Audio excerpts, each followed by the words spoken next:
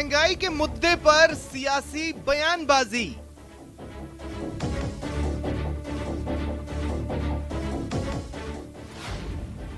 महंगाई के मुद्दे पर सीएम ने बीजेपी को घेरा।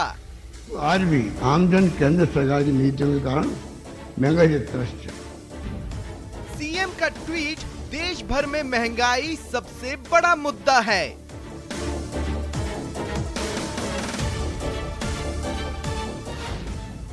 भाजपा चाहती है कि महंगाई पर कोई चर्चा न हो।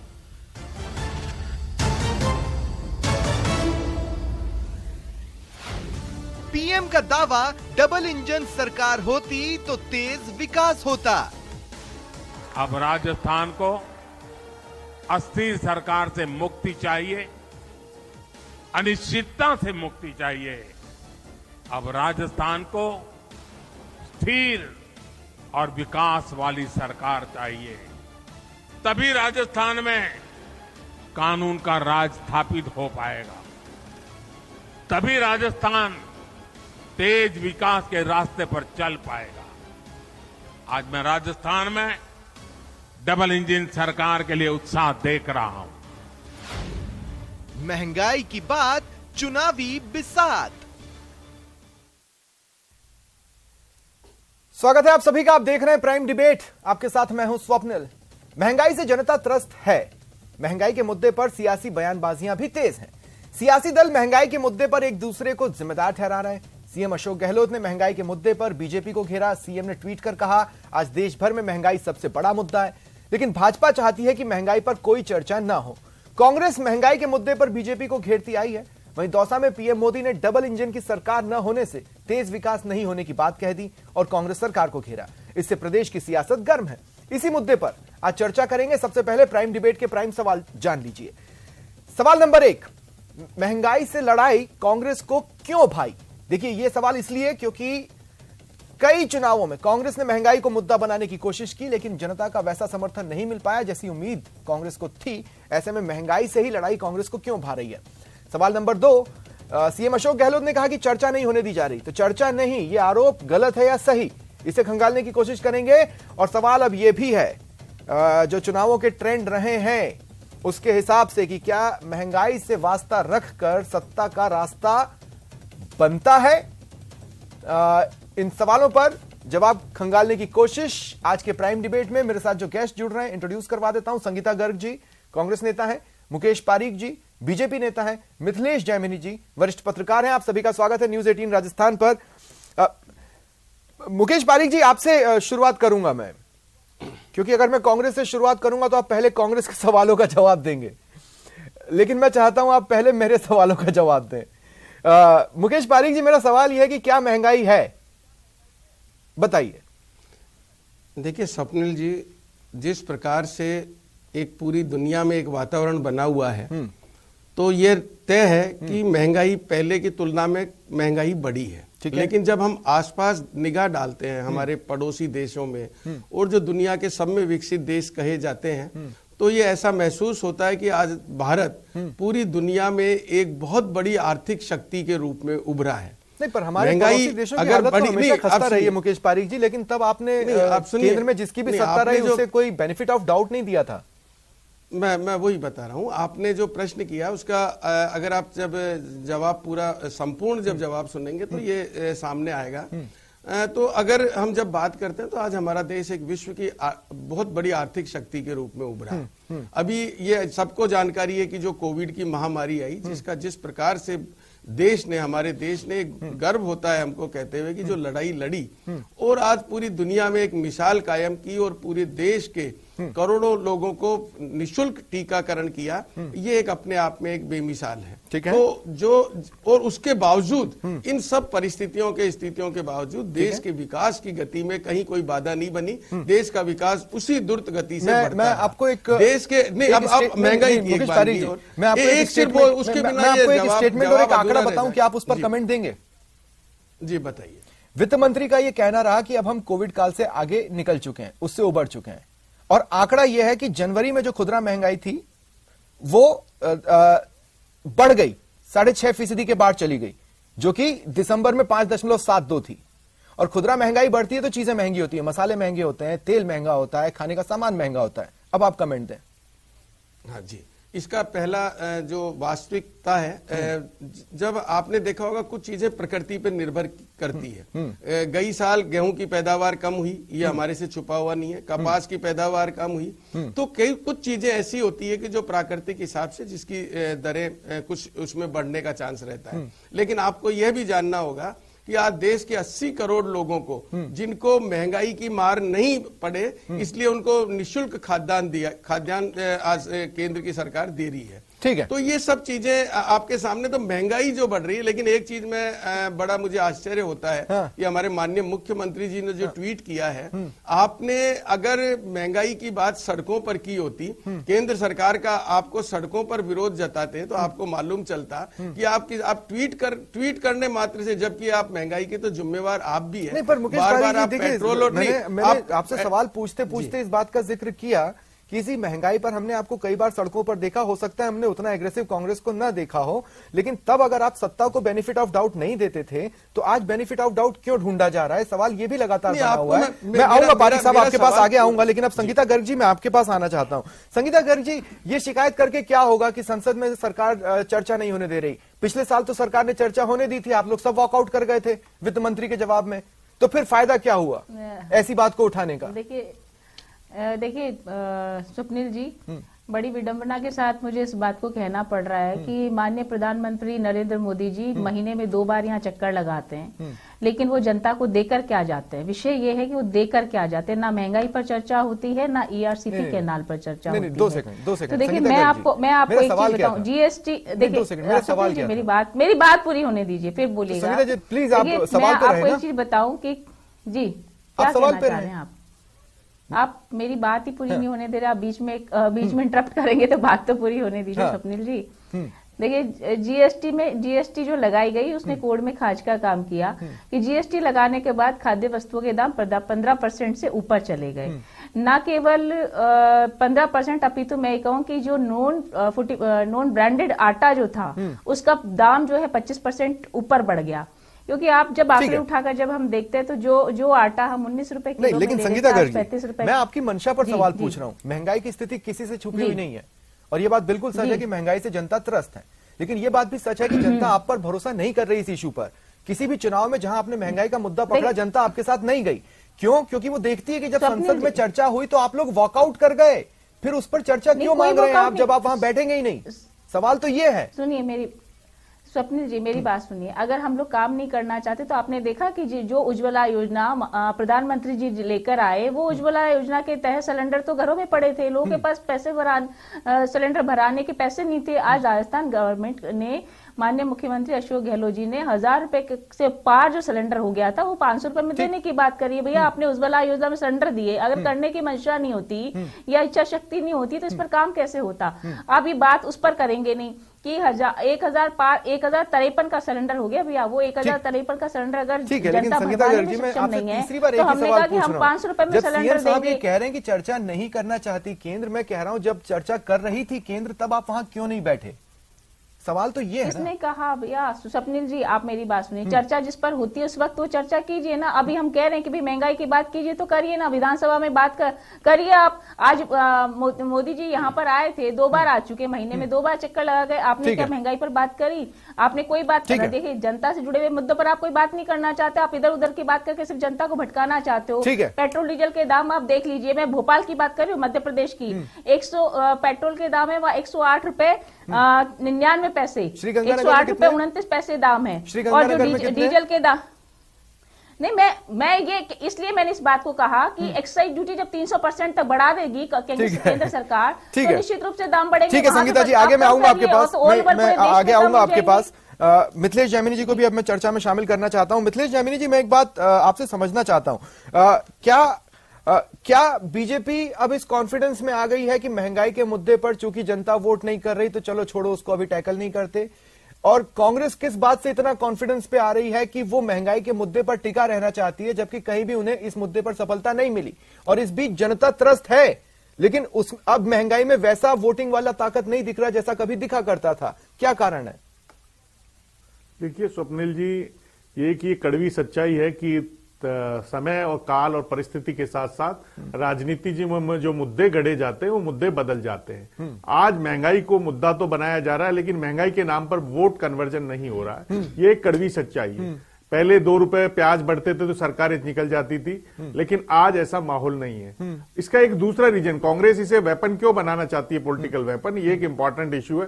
क्योंकि अभी राहुल गांधी जी ने 4000 किलोमीटर की पैदल यात्रा की, तमाम मुद्दे हुए, लेकिन वो एक परसेप्शन, जो एक पब्लिक परसेप्शन क्रिएट होना चाहिए था, वो क्रिएट नहीं हुआ। और अशोक गहलोत जो बहुत अनुभवी राजनेता है, उन्हें समझ में आ रहा है कि अब जनता को पब्लिक कनेक्शन करने के लिए एक जो महंगाई है वो एक इंपॉर्टेंट इश्यू है, उससे कहीं न कहीं कनेक्ट हो सकता है। इसीलिए उन्होंने आज ये किया। अब इंपॉर्टेंट चीज, अभी उज्ज्वला की बात कर रही थी संगीता जी, उज्ज्वला पर 200 रुपए केंद्र सरकार आज भी दे रही है। अगर अब ये 500 में देंगे तो केवल 350 रुपए ही देंगे। दूसरा इंपॉर्टेंट चीज, देखिए 200 रुपए आप नेट पे देख लीजिए, हर सिलेंडर पर 200 रुपए आज भी दे रहे हैं। अब इसमें इंपॉर्टेंट चीज ये है कि भरवा नहीं रहे। ये सर्वे आप छोड़ दीजिए, गांव का मैं आदमी हूं, गांव का आदमी आज भी जो समर्थ आदमी है, 200 रुपए सरकार दे रही है, इस पर तो मैं भी आपसे बात करना चाहूंगा, क्योंकि ऐसे कई लोगों को मैं जानता हूं जिनको जो सब्सिडी के तौर पे 40 रुपए या 40 रुपए के आसपास आते हैं। 200 तो मैंने भी अभी नहीं सर, उज्ज्वला में 200 रुपए, उज्ज्वला में उज्ज्वला के जिसके सिलेंडर कनेक्शन है उसको 200 रुपए आम आदमी, उज्ज्वला वाले भरवा रहे हैं। जो भी देखिए, नहीं संगीता गर्ग जी, मैं आपके पास आऊंगा ना। संगीता गर्ग जी 2 मिनट रुकिए ना, बात कंप्लीट हो जाने दीजिए, पहले मैं इस इशू को समझ लेना चाह रहा हूं। देखिए, अब दूसरी इंपॉर्टेंट चीज है, आटा महंगा हो गया। अब इसमें क्या हुआ, गेहूं के निर्यात पर रोक टाइम पे लगनी चाहिए थी, वो नहीं हुई। अब दूसरा, कांग्रेस के जमाने में महंगाई को कंट्रोल करने का क्या साधन था कि reserve bank reverse repo rate बढ़ा देता था। अभी इन्होंने भी यही किया, 0.50 रिवर्स रेपो रेट बढ़ा दी। तो नया फॉर्मूला भी दे। आप महंगाई का आरोप लगा रहे तो उसे कंट्रोल करने की बात करें। अभी डीजल पेट्रोल की बात कर रही थी, आप हरियाणा चले जाइए, वहां से यहाँ 9.5 रुपए का अंतर है डीजल में। जब तो इसलिए केंद्र और राज्य सरकार अगर वाकई महंगाई कंट्रोल करना चाहती है तो कैसे आम आदमी की इनकम बढ़े, ठीक है, वो इंपॉर्टेंट चीज है। ठीक है, क्योंकि ये महंगाई बढ़ने से जो पैसा बहुत आ गया बाजार में। ठीक है, मैं आता हूं आपके मुकेश पारीक जी। मुकेश पारीक जी, देखिए, आपको देश चलाने में लोगों के भी सहयोग की जरूरत थी, इसलिए आपने लोगों से कहा कि सब्सिडियां छोड़ो। लोगों ने छोड़ा। फिर आपने कहा कि कोरोना टाइम पे हमें मैनेजमेंट के लिए और इनकम की जरूरत है, इसलिए हम ये सेस लगा रहे हैं। तो कोरोना काल से निकलने के बाद वो हटना चाहिए था, वो हटा नहीं। अब आप खुद बताइए, इतनी पेट्रोल की कीमत या इतने सिलेंडर की कीमत जब इसकी आधी थी, तब आप सड़कों पर थे ना, सिलेंडर के साथ, बैलगाड़ी पर। तो आज आपका दिल क्यों नहीं दुखता जब लोगों की जेब से इतने पैसे निकल रहे हो? तो देखिए स्वप्निल जी, बहुत अच्छा आपने प्रश्न किया है।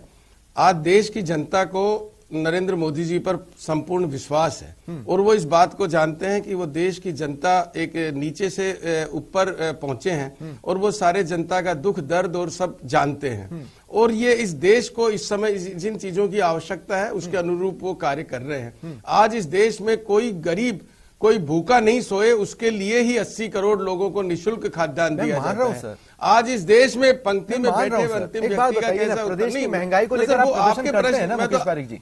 मैं तो आपके प्रश्न के एक तरफ भी नहीं जा रहा, थोड़ा सा भी साइड में नहीं जा रहा, मैं आपके प्रश्न का ही उत्तर दे रहा हूं।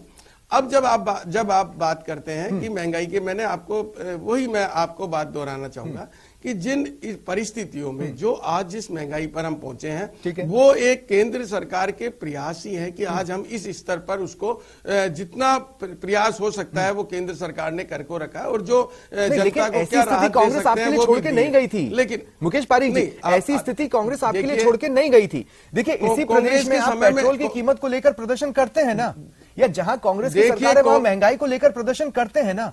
उन शहरों के बाहर भी तो महंगाई है, क्यों आपका दिल नहीं दुख रहा जब किसी की जेब से एक्स्ट्रा पैसे जा रहे हैं? तो मेरा सवाल यह है, देखिए, कांग्रेस के समय में कोविड भी नहीं आया था, कांग्रेस के समय में इतनी सड़कों का निर्माण भी नहीं होता था, कांग्रेस के समय में 80 करोड़ गरीब लोगों को निःशुल्क खाद्यान्न भी नहीं मिलता था, कांग्रेस के समय में जिस इस विकास की गति इतनी तीव्र भी नहीं थी। तो आप ये कांग्रेस से अगर हम तुलना करेंगे तो मैं ये दावे के साथ ये आपको कह सकता हूं कि 8 साल का अगर आप शासनकाल का तुलना करेंगे कांग्रेस के पूरे कार्यकाल में, तो आपको ये लगेगा, या जितने बैरल पे मिला उसके हिसाब से तो कांग्रेस को बेनिफिट ऑफ डाउट जाता है ना, आपको नहीं जा रहा ना।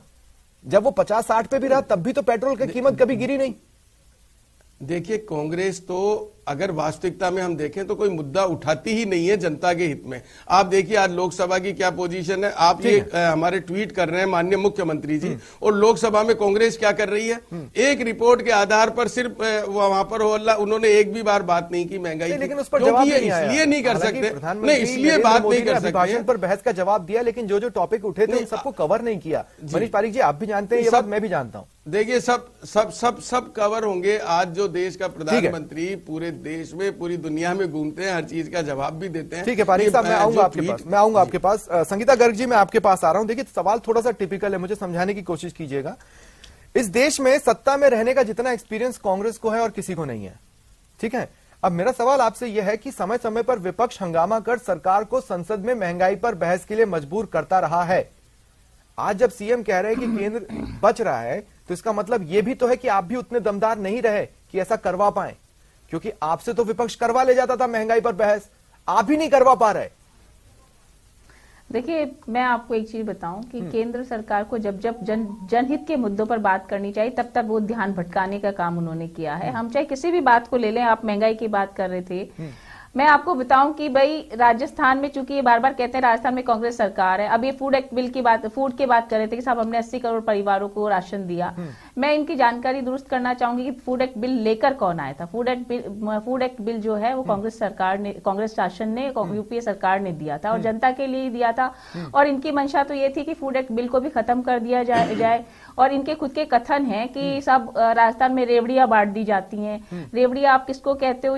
महंगाई 7वें आसमान पर है। खाद तेल के दाम आप देखिए कि एक समय था जब 60 रुपए पर लीटर मिलता था, 200 रुपए पार कर गया।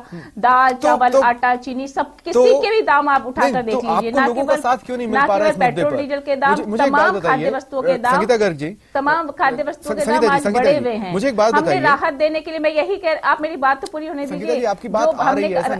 अभी जो बजट में था, बजट में माननीय मुख्यमंत्री जी ने कहा है कि हम आम, ना केवल आम नागरिकों को फूड पैकेट्स देंगे। ठीक है, हमने पूरा बजट देखा, चर्चा करेंगे नहीं, हमने पूरा बजट देखा। अब संगीता गर्ग जी, मेरा सवाल आपसे यह है कि क्या कारण है? नहीं सुनिए तो सही संगीता जी, सवाल यह है कि क्या कारण है? आपने ये मुद्दा यूपी में उठाया, आपने ये मुद्दा पंजाब में उठाया, आपने ये मुद्दा हरियाणा में उठाया, आपने ये मुद्दा जगह जगह उठाया, कहीं भी आपको लोगों का साथ क्यों नहीं मिला?